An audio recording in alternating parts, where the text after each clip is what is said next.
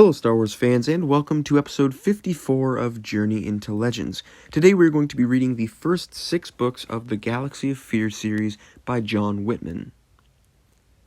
Galaxy of Fear is a series of 12 children's novels released from 1997 to 1998, heavily inspired by R.L. Stine's Goosebumps series. I'm super excited to get into these books. I've always thought that a series like this would fit perfectly into the Star Wars universe. Without further ado, let's read and review.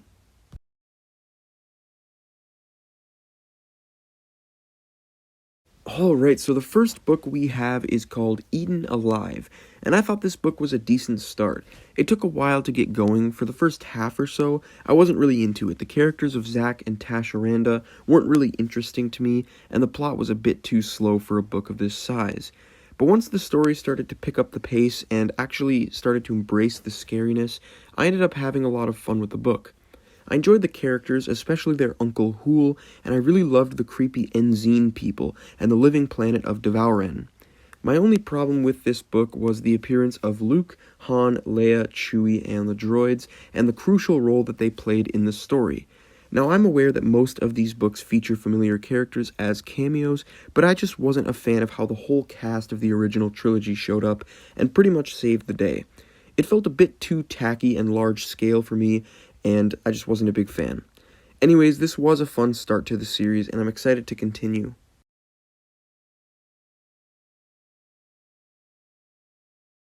Alright, so the second book to talk about is called City of the Dead, and this one was a lot of fun. Comparing it to the previous book, I'd say that book had the higher highs, but this one was more consistent throughout, and it took less time to get going. This book introduced another creepy and fun planet with a silly name. This time it's called Necropolis, where basically the entire culture of the planet revolves around the dead and superstitions about zombies. It turns out these zombies are actually experiments done by the notorious Dr. Evazan, aka the deformed guy from the cantina scene in A New Hope. It was such a fun surprise to see him pop up in this series, as well as Boba Fett, who was hunting him. Another area of improvement in this book is the characters. Although I started to like the characters as the first book went on, this book actually gave them some development to work with, as Zack comes to terms with the death of his and Tash's parents, and we learn a bit more about Uncle Hool. Overall, this book was a decently fun adventure, and a definite improvement over the previous one.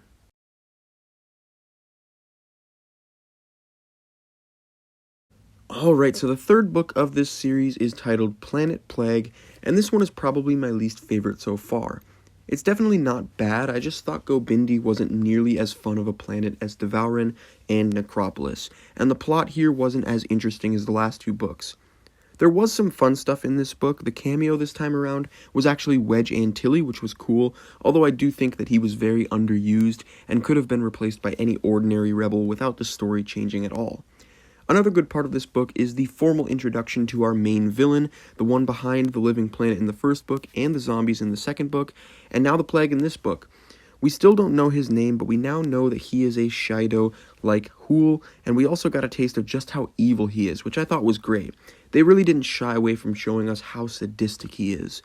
Anyways, this wasn't a bad book by any means, I just found it a bit less interesting and memorable than the previous ones.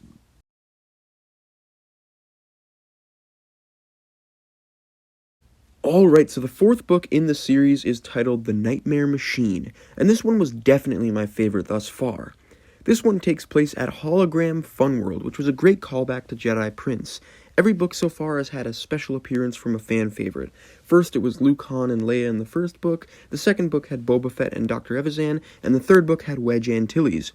And now this one had Lando, who was looking to invest in Hologram Funworld, which again is a great reference to Jedi Prince. And in the last book, I complained that Wedge didn't have much to do and could have easily been swapped out with any other character, whereas in this one, Lando played a big role in the plot, teaching Zack life lessons and helping them to navigate Hologram Funworld.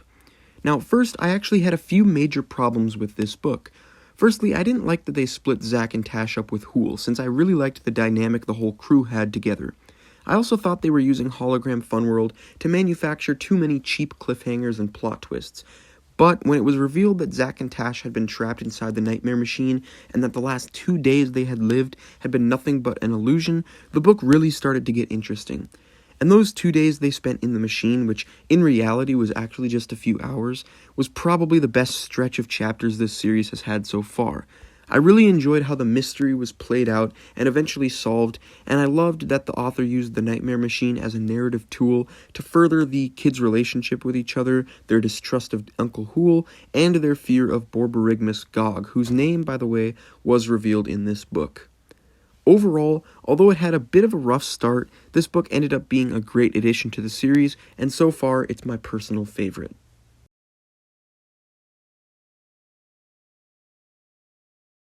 Alright, so the fifth book, the penultimate book of this arc, is called Ghost of the Jedi, and in this one we finally meet Force Flow, the mysterious stranger that Tash has been communicating with on the HoloNet, the one that taught her about the Jedi and has been helping them in their fight against Gog. Now, they meet up with Force Flow at a place called Nespis 8, which is a space station that we not only saw in Dark Empire, but also in Lightsider, which I just recently read, so that was a really cool connection. Eventually, it is revealed that Force Flow is none other than Borborygmus Gog himself. He's been tricking Tash the whole time. He lured them there to the Jedi library on the station to basically harvest Tash's Force abilities as part of Project Starscream. I wasn't a huge fan of this whole Force Flow storyline. I was hoping Force Flow would end up being a familiar character, maybe Tion, before she joined the Academy, because she knew a lot about Jedi history and legends. But it being Gog was just kind of disappointing. It did a good job of explaining how Gog was always able to catch up to Hool and the kids, but I thought that that was just a boring direction to take the book. Also, Nespis 8 just wasn't the most interesting location in the world. It was a bit creepy with it being pretty much a giant deserted space station, but they could have done more with it. One aspect I really did like about the book was the book's cameo character, which was Danik Jericho from the Tales books. I really enjoyed his inclusion and what they did with him. Basically, he murdered this old woman named Domasari, and for a while, the book made it seem like he was the villain.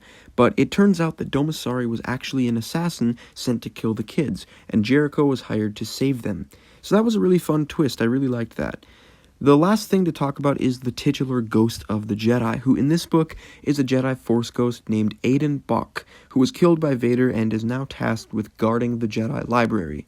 Now, I liked how he was used to further Tash's development into possibly becoming a Jedi herself, but I really didn't like this book's portrayal of a Force ghost, because throughout the book, he is physically interacting with the real world. He's physically trying to keep Tash out of the library. He even chokes her at one point, and that just doesn't really line up with the portrayal of Force ghosts in pretty much any other media.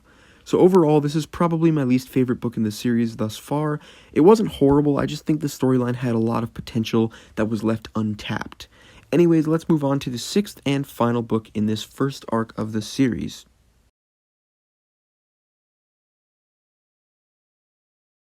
Alright, so the sixth and final book of this arc is titled Army of Terror, and I actually really enjoyed this book. So in true finale fashion, in this book, our heroes travel into the heart of Project Starscream. In other words, they go to the planet Kiva to shut down Borborygmus Gog's laboratory for good. And it is there where we are introduced to Gog's final experiment, a baby named Eppin. Well, it turns out that Eppin is more than just a baby. It is a legitimate monster that feeds on people. I really enjoyed this aspect of the story. I thought Eppin's connection with Zack and Tash was actually quite endearing. I also really liked how the author used Eppin as a way to bring all of the elements of Project Starscream together, because Eppin feeds on people like devouring the living planet, it can't die like the zombies of Necropolis, it turns its victims into goo like the virus from Gobindi, and it makes you face your fears like the Nightmare Machine. I thought that was a pretty clever way of tying all of these books together, as I was just beginning to get worried that all of Gog's experiments were just a waste of time in a narrative sense. I also really loved Hool's character in this book. We learn all about his past and the secret life he lived as an Imperial scientist and Gog's former partner. I've enjoyed the dynamic between him and the kids all throughout this series, but I think their dynamic truly peaked here. My only complaint with this book is that it actually got a bit too large scale for me. Not only did they bring Luke, Han, and Leia back in a major role, but they also included Darth Vader as one of the primary antagonists, which I wasn't a huge fan of.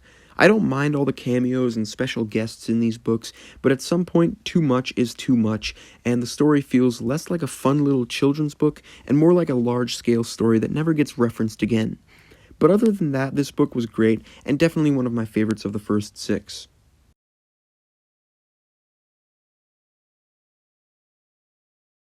So overall, I really enjoyed these first 6 books. They were a lot of fun. Very short, very cheesy, but super endearing. And the characters were great, especially Hool. Anyways, thank you all for watching. Don't forget to like, comment, share, and subscribe, and stay tuned for my next review where I'll be continuing the Galaxy of Fear series with books 7 through 12. See ya.